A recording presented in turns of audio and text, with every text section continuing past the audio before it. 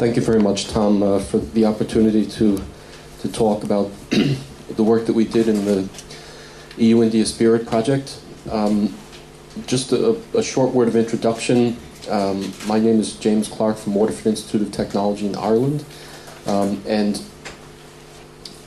was during the time we were putting in a proposal for EU-India collaboration in trustworthy ICT that we first came in contact with EU-India Spirit.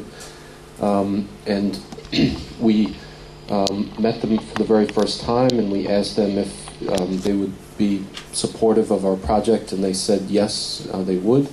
And it was at that time that they invited myself and Professor Suri to participate in their working groups, which we were delighted to accept. So the particular working group that I was involved in was networked and audio-visual and networked media and internet. And this working group specifically looked at topics related to networked and electronic media, specifically on the networks that were involved, and content provision and applications for the future in both the EU and India, and whether we could prioritize topics within these areas.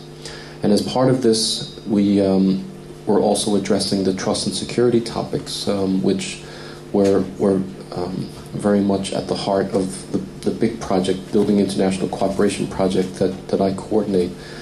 So it was very, very interesting from that perspective.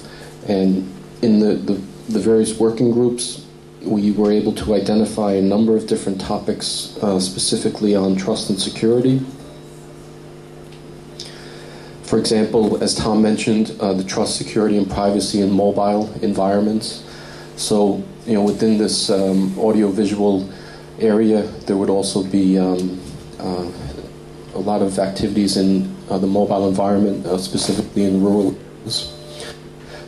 So, in the discussions with the researchers from India, we found that although we had quite different perspectives on the on research involved in accessibility and realization of mobile services, there were quite a few complementary areas, specifically in trust, security, and privacy.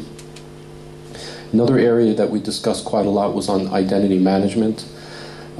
So we were talking about the universal ID system in India, and also from the European side we were discussing the privacy preserving ID management systems that Europe are engaged in research. And we discussed various biometrics systems, and could we work together on a low-cost, less power-intensive equipment providing the required accuracy for this, and also on authentication systems, in which there is strong work being done in both India and EU. Then we also discussed, as Tom mentioned before, the protection against malware and botnets when there's a heavy reliance on imported systems in India. And what are the approaches to guarantee the protection at the source? And is there a way that we can influence the manufacturing process to protect against this? Then another very big area that we talked at across the various working groups when we used to come together in the plenary sessions was there's a strong societal push in both EU and India. So there was a working group, as Tom mentioned, looking at ICT policy. So they were very strongly advocating putting the citizens at the center of everything. So making them more in control of their data and their information, and who was using it and what it was being used for, and how can the technologies provide this control to the citizens.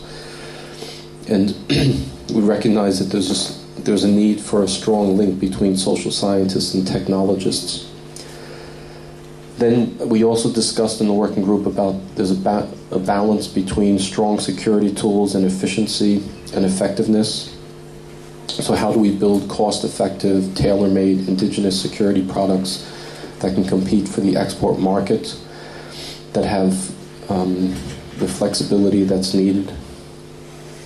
And we also discussed a number of risk management approaches to trust and security. We were discussing the economics of security and privacy, and we were discussing the trade-offs between the risk and security, and trying to start to determine what does it cost society to have the security or to not have the security. So these were the kind of topics that we discussed in a broad brush. And in the big project, we're running for another 2 years, and we're going to develop these topics in more detail with the researchers in India, and we're looking forward to doing that. So thank you for the opportunity to discuss this.